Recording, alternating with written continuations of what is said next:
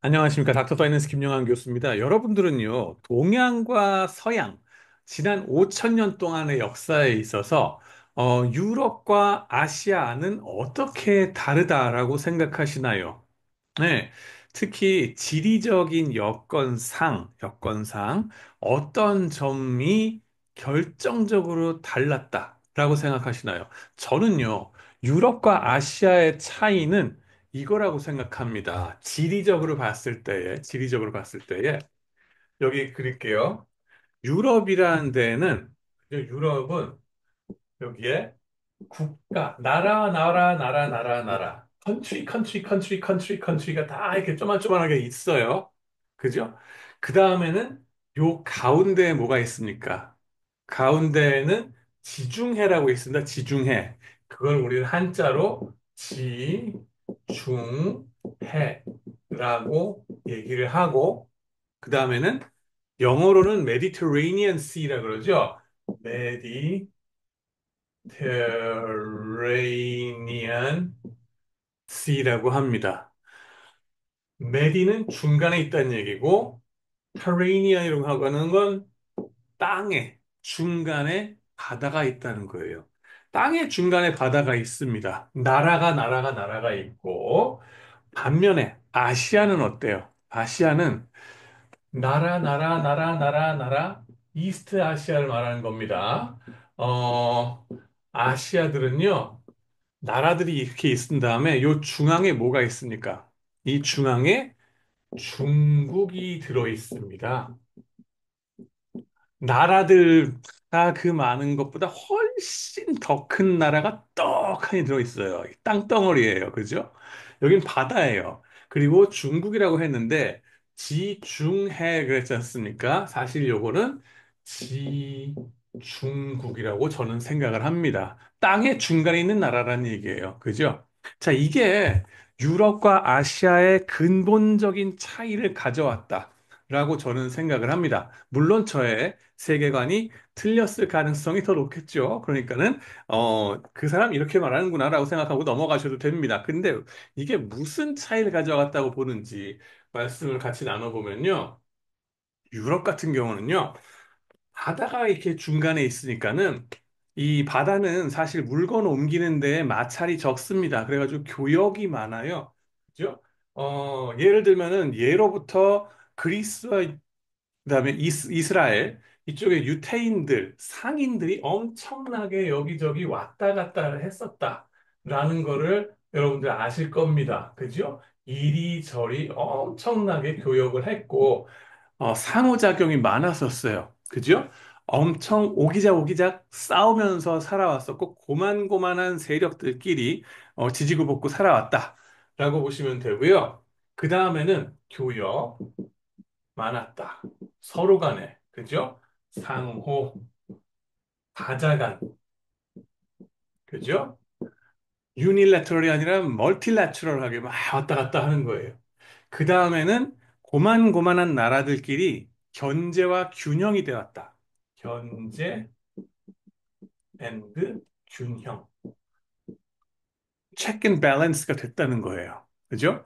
물론 중간에 17세기, 16세기 이때는 프랑스의 루이 14세 뭐 등등 해가지고 절대 왕정이 들어서서 absolute monarchism이라고 얘기를 합니다. 막 들어서서 뭐 짐이 곧 국간이라 뭐 이러면서 행세를 한 적은 있었어요. 그리고 팍스 로마나 해가지고 로마가 다 지배를 한 적도 있기는 해요. 그렇지만 그렇지만 앞으로 볼 아시아에 비하면은 제 보기에는 그 스케일에 있어서 세 발의 피 아니었을까라고 생각을 합니다. 어, 아시아 같은 경우는 어때요? 보시면은 우리나라가 여기 있다고 쳐요. 한국, 일본 있고, 그다음에 뭐 여진족 있고, 뭐 등등등 저쪽에 가면은 무슨 아프가니스탄부터 시작해서 스탄 나라들 쫙 있고, 무슨 돌궐족도 있고, 밑에는 베트남도 있고, 쭉 뭐 오월동주 하는 그 월나라 밑에가 월남 아닙니까? 그리고 태국 있고, 여기 뭐 태국, 월남, 그죠? 이렇게 있다고 쳐요. 여기 물론 인도도 있긴 한데 요건 조금 권 외로 치고 인도에 뭐 무굴 제국 등등이 있다고 쳐요. 근데 여기는 육상교통은요, 마찰력이 엄청납니다. 그러니까는 해상교통처럼 원활하게 서로 간에 움직일 수가 없어요. 여기에서부터 저 끝까지, 혹은 한국에서 베트남까지 서로 간에 왔다 갔다 한다는 거가 사실상 불가능했어요. 불가능하고, 더군다나 요 아내가 한족의 한 나라로서 지금은 15억입니다. 그죠? 지금은 15억이고 그 당시에는 뭐 1억 그 조금 밑에였었겠죠. 엄청난 규모의 인구가 여기에 떡하니 있고 나머지 나라들이 쫙 둘러쳤단 말이에요. 여기서 저기로 교역을 하려면 어떻게 해야 돼요? 아, 직접 가는 거가 가능합니까? 못합니까? 못하죠. 저게 가려면은, 가려면 어떻게 해야 돼요? 중간에 통행세를 내야 돼요. 중간에 통행세를 내는데 그걸 우리는 뭐라고 그랬습니까? 아, 일로 가는데, 일로 절로 가는데, 중간에 통행세를 내야 돼. 누구한테 통행세를 내야 됩니까? 아, 그걸 한자로 우리는 황제라고 썼습니다. 황제. 혹은 뭐예요? 천자. 그죠? 하늘의 아들이다. 황제, 진시 황제. 차이나라는 것도 진 다이너스티, 진 나라에서 나온, 그죠? 시 황제부터 시작해가지고 황제한테 가서 조공을 바쳐야 돼요. 그죠? 뭔가 세력을 키우려 그러면은 이쪽에서 중앙에서 너 좀 벌었냐? 좀 산다며. 어, 그러면서 군사를 끌고 와가지고 한번 치세요. 그러면 어떻게 해야 됩니까? 살수대첩처럼 싸우든가 아니면은 털리기 싫으면은 바쳐야죠. 뭘 바칩니까? 금, 은, 인삼. 그 다음에는 뭐예요? 공려, 뭐 이런 것들 갖다 바쳤다 그랬죠. 그죠? 그게 원나라가 됐든 명나라가 됐든 청나라가 됐든 지난 5천 년 동안의 일이에요. 벌어졌던 일입니다. 그죠? 이쪽에서부터 월남 쪽으로 간다. 바다 쪽으로 해상으로 가려고 치더라도 그러려면은 자본이 축적이 돼 있어야 돼요. 그래야지 선단을 꾸려가지고 나가서 배를 갖고서 수십 척, 수백 척을 갖고서 나가가지고 교역을 하든 말든 하죠. 근데 그런 자본 축적이 될 여지가 있었다? 없었다? 이분한테 바쳐야 되는데 무슨 자본 축적이 생깁니까? 그죠? 다 갖다 바쳤어요. 다 갖다 바쳤고 이쪽에서는 뭘 줬습니까? 지식을 전달해 준다. 책을 줬다. 어, 성리학, 유학, 이 앞선 학문, 철학 이런 걸 가르쳐 주지 않았느냐? 오랑캐들아. 근데 그거 한다고 돈이 나와요? 빵이 나와요? 뭐가 나와요? 대신 살려는 드릴게. 이거거든. 그죠? 여러 나라한테 대해서 그런 식으로 쭉 이 중앙 집중된, 센트럴라이즈된, 관계였다. 이렇게만 인터랙션이 있었지. 그죠? 어떠한 서로 간의 다자 간의 연합을 꾸미거나 합종 연행을 하거나 할 수 있는 여지가 거의 없었다. 그게, 동아시아와 유럽의 결정적인 차이였다고 생각합니다. 그래서 여기서 벌어지는 건 뭐냐면은 다자간이 아니라 센트럴라이즈 된 거. 그죠? 센트럴라이즈. 오직 이쪽에. 오죽 그랬으면은 여기가 뭐라 그랬어요? 소중화인 것처럼. 그러면서 나머지들 또 우리보다 더 오랑캐라고 생각하면서 그런 황당한 상황도 벌어졌었죠. 그 다음에는 견제와 균형이라고 하는 개념 자체가 이쪽에는 견제와 균형이 없습니다. 뭐, 그죠?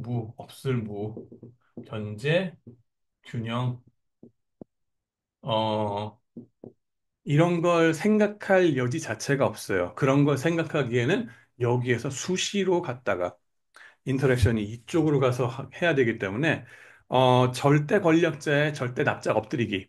그죠? 조공무역이 발달했을 수밖에 없다. 그죠? 자, 그러면은 그런 조공 시스템이 혹은 센트럴라이즈된 시스템이 과연 좋은 거였을까? 이 구성 국가 입장에서 봤을 때 이런 시스템이 좋은 거였을까? 아니면 아니었을까? 그거는 이 바깥의 나라에 속하느냐 아니면 요 안에 중국에 속하느냐에 따라서 천양지차로 다른 얘기가 되겠죠. 이런 조공 시스템 같은 경우는요, 안에 있는 중국 사람들 입장에서는 세상에 이거보다 좋은 게 없겠죠. 아니, 가만히만 있어도 다 주변에 오랑캐들이 와가지고 넙죽 엎드려가지고 절하면서 다 받쳐주는데 그거만큼 좋은 게 어디 있어요. 그리고 자기는 오직 황제한테만 굽실굽실하면 돼요. 끝납니다. 그죠? 그런 절대 권력의 맛, 그죠? 그런 거를 여기선 최대한 즐기고 살았었겠죠. 그죠? 절대 권력은 절대 부패한다. 이쪽에서는 견제와 균형으로 절대 권력이 어디서 프랑스에서 생겼다 했을 때에도 안 돼. 그러면서는 시민사회, 시민혁명이 일어나가지고 다 뒤집어 엎고 민주화를 일으키고 이런 투쟁을 해지 않습니까? 근데 이쪽에서는 그런 걸 상상할 수도 없을 만큼의 절대 권력이었다라고 생각하시면 돼요. 그죠? 이쪽에서 우리가 겪었던 절대 권력의 힘이라고 하는 건 사실은 유럽 쪽에서는 겪어본 역사가 없다고 저는 생각합니다. 제가 물론 틀렸길 바래요. 무슨 나치 독일이 나와서 혹은 뭐 파시스트 무솔리니가 나와서 어떻게 했다. 알겠는데 이쪽의 그 규모에 비하면은 세 발이 피었을 거라고 저는 생각을 합니다. 이거 사실 어느 정도예요. 모택동이 문화혁명 그 언저리쯤에 뭘 합니까?